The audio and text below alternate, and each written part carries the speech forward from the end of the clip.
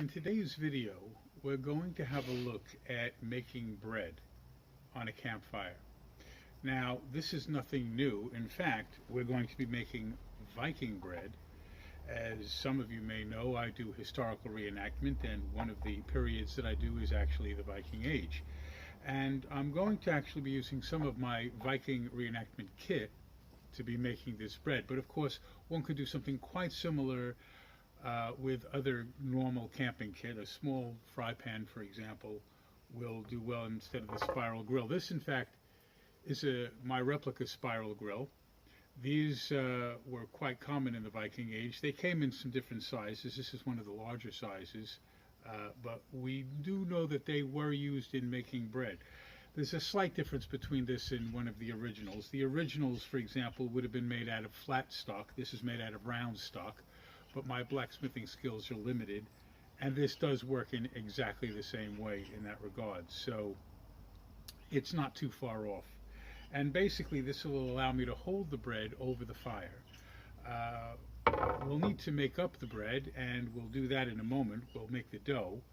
But while we're making the dough, we'll start the fire, which I have a little fire over here, which will just light up, and let that get going, because it'll only take, match out, it'll only take a few minutes to make up the dough, and then once the dough is made, we can then cook it more or less straight away.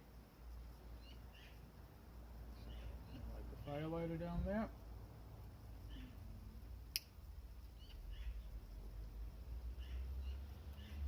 All that is taking a couple of minutes to get lit up. I will actually make the dough. And the dough is relatively straightforward to make. I've got a board that we're going to be able to work on. There are only a few ingredients to Viking bread. Now, they tended to use linseed. They tended to use oats more than regular flour. This is Wright's Baking Oat and Linseed Bread Mix. It's an off-the-shelf product. It's actually remarkably similar to the Viking bread, the dough that they used. Now, you can do a little bit of research and get it a little bit more historically accurate if you like. For convenience of this film, I'm using this. If you do some research and you have a go at this yourself, and you use a slightly different composition for your dough, I'd really be interested to hear about that in the comments. But we're only going to make one, and they're relatively small. I'm going to just put down a little bit of flour on the board, and then we're going to put a little pile in the middle, enough to make, and I'm just going to eyeball this, but that'll make one flatbread. And it was flatbread. It wasn't risen bread. It wasn't done in an oven. This is what makes it such a great thing to use now when making, that's going well, it's a great way for camping, because you don't need a lot of different ingredients. I'm going to take my rings off, because when you're making dough, you really don't want to get it trapped in your rings. It's an inconvenience. You have this, a pinch of salt, and I'm using sea salt here. This is kind of coarse, so I'm just going to grind it between my fingers when I put it in there, just to help balance the flavors. And you want a little bit of lipids, so that much is plenty enough butter. You can theoretically do this with milk as well, instead of water, but certainly when they were traveling, Vikings would have found using water far more convenient than using milk, because milk doesn't last very long without refrigeration before it spoils. Butter, on the other hand, you can travel with for several days. It'll be very soft, and it will go off if you leave it for too long, but it's not too hard to keep it cool enough to last for a journey. So this is the kind of bread they would have made on the trail as well as in the towns. So we're only going to use water, but again, you can use a bit of milk if you wanted to, but waters are probably going to be a little more authentic, and you don't need a lot. And we're just going to add a little bit, and then make this into a dough. And yes, it's very messy.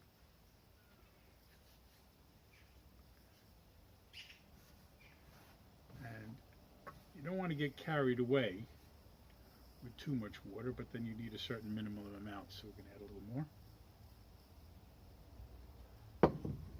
Obviously, if I were doing this in a bowl, it would be a little bit easier, but again, you may not have a bowl with you. That's pretty good. I'm going to get the excess sticky stuff off my hands. And by the way, yes, I washed my hands before I began this video, so they are clean. And then you knead it into a dough. You want it to be a little bit dry because the spiral grill is an open spiral, so if it were too liquidy, it could drip through. This is still too dry, so I'm going to just create a little bit of a well in there.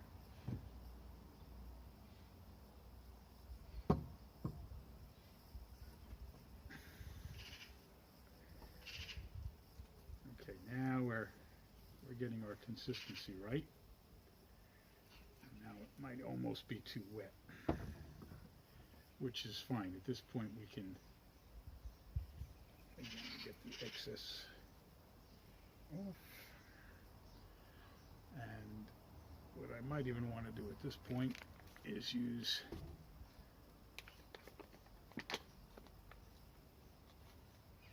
a tiny bit of the dry here.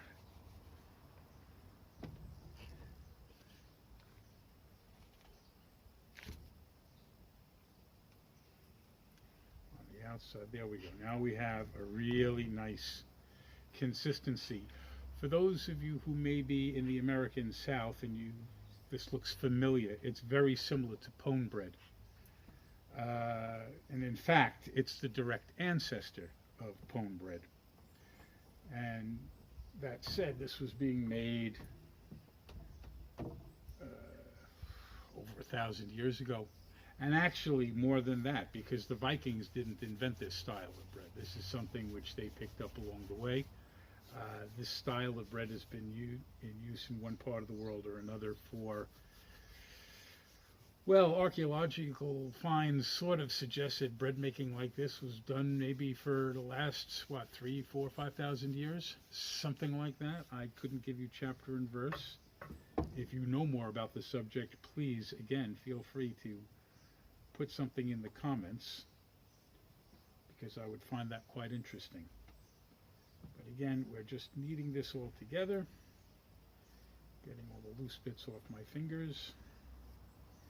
And once you have a sort of a doughy consistency that isn't too sticky, you got it right. And beyond that, you just press it. It's like making a hamburger. Very flat. You can see the linseeds in it, which was actually typical of actual Viking bread. Of course, you don't have to use this kind of flour as well to make this kind of bread. You can use pretty much any flour that you like to make this. It's not particularly complicated. If you're wearing the blue nitrile gloves, you could do this without worrying about anything sticking to your hands. But it doesn't take much water to wash this off. And in fact, once it's dry, if you rub your hands well, it'll come off. And of course, if you have something with which to scrape, it scrapes off pretty easily. So it's not too hard to clean this excess material off your hands. So having placed the bread on the spiral grill, it's just a case of roasting it over the fire. You want to hold it high enough up so that it doesn't burn and incinerate the bottom, but a lot of heat is going in there anyway. One of the things I will say is that this one is an iron, it's mild steel, but basically the spiral grill holds a lot of heat in it, and of course we'll start cooking. And in fact, if we think about Viking grave finds, where they have found remnants of bread in some of those graves, because they did put things like food in as part of the grave goods, you often will see this spiral pattern on the bottom of the bread, which was caused by baking it in this way. But it is more being roasted again than baked. I will say one of the advantages to the spiral grill, incidentally, is the fact that it is actually a grill. So as much as I'm cooking bread over this right now, I could just as easily cook a hamburger or a steak on one of these. Obviously, you have to hold it, so it's a little less convenient than some things, but it does mean you have a lot of control over the whole baking process, and it doesn't really take very long to cook the bread. And if the flames are a little higher, you hold it a little higher. If the flames are a little lower, you just lower it into the position where it looks about right. One thing I will also say is that you are going to have to flip it at a certain point in time. So having something like this butter knife, I can flip that over. It allows me to test the bottom. It's actually cooking rather well. And by having this over the flames, it's just cooking the dough through.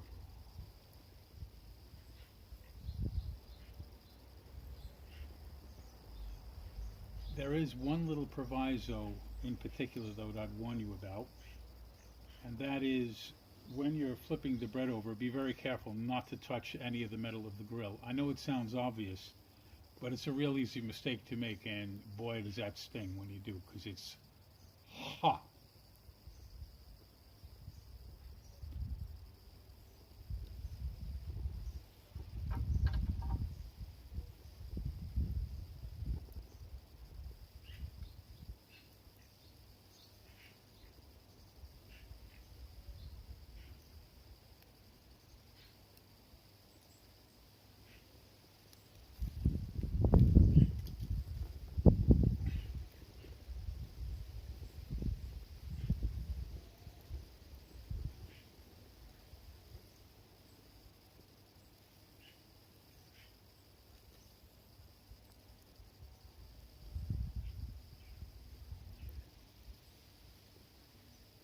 Another advantage of the spiral grill is I can actually take it away from the flames when I'm doing something like flipping the bread over,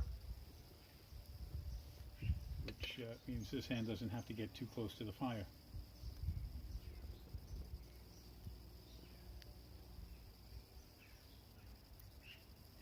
And it is actually cooking rather nicely at the moment.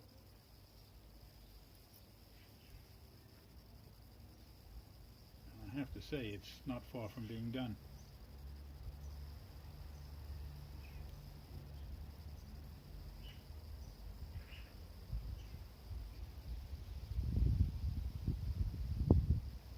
I'm also taking note of that amazing phenomenon that no matter where you sit, the smoke is going to blow straight at you.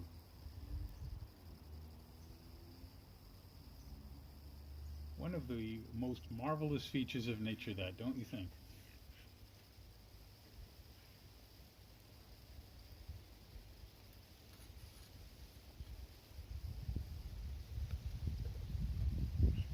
And I've really just got a bed of coals there now. So that's no longer even an open flame, so it's cooking a little more slowly. If I were doing this on my hobo stove, for example, and I had some good flames shooting out of it, this would be even faster. We've got a little bit of fire coming out. Always good to go directly over the flame.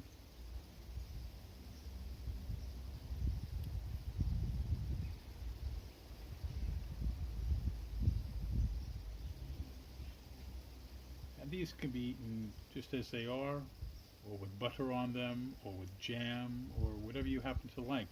And of course, when it's freshly made, what you have is literally freshly made bread, slightly toasted, warm, moist, delicious.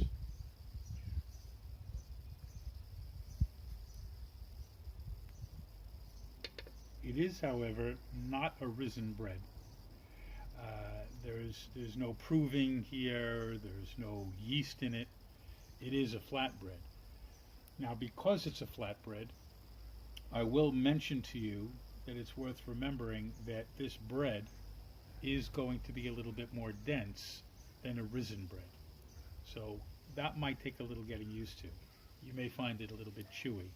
The flavor's there, and nutritionally it is just like eating a bread roll, but it is a little bit denser than the average bread roll. That's something to be aware of.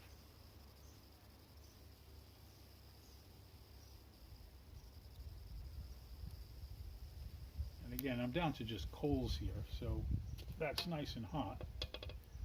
But again, it does demonstrate you don't need open flames. If your fire has burned down to just coals, you can still use it for this quite happily.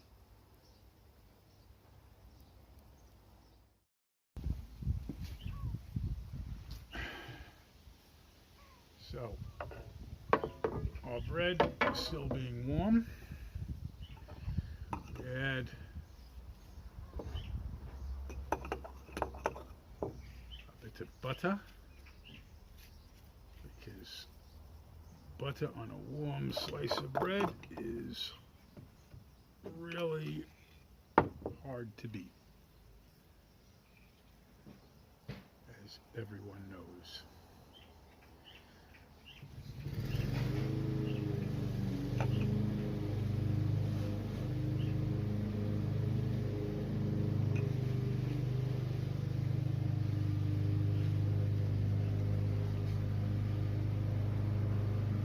As I say, being a flatbread, not a risen bread, it's a much denser bread, and so it has a different texture from what we're normally used to with risen bread. But that aside, the flavor is all there, and it will fill you up, and it's really rather nice. Bit of an acquired taste because of the density, though. If you were putting some baking powder in there and allowed it to rise, this would work well in an oven. I think over a fire, I'm not sure how well the heat would get into the center if it were thicker, if it were risen, which is one of the reasons why this is not a risen bread, because of course we're using a fire underneath, so we want that heat to penetrate slowly and only so deep. This one was rather lightly cooked. Sometimes you'll get more of a brown or almost black spiral on the bottom from the grill if the fire was a little bit hotter, but yeah, it's good. It's something you might want to try, and to be fair, I'm using a spiral grill. You could just as easily use a small titanium pan that you would use for camping, and there's no reason why that shouldn't work well. Anyway, I hope you enjoyed this. I hope you maybe try to have a go at making some Viking bread. And if you like this video, click subscribe, click the bell icon. We'll let you know when we're doing our next video. And please share and comment. Have a good one.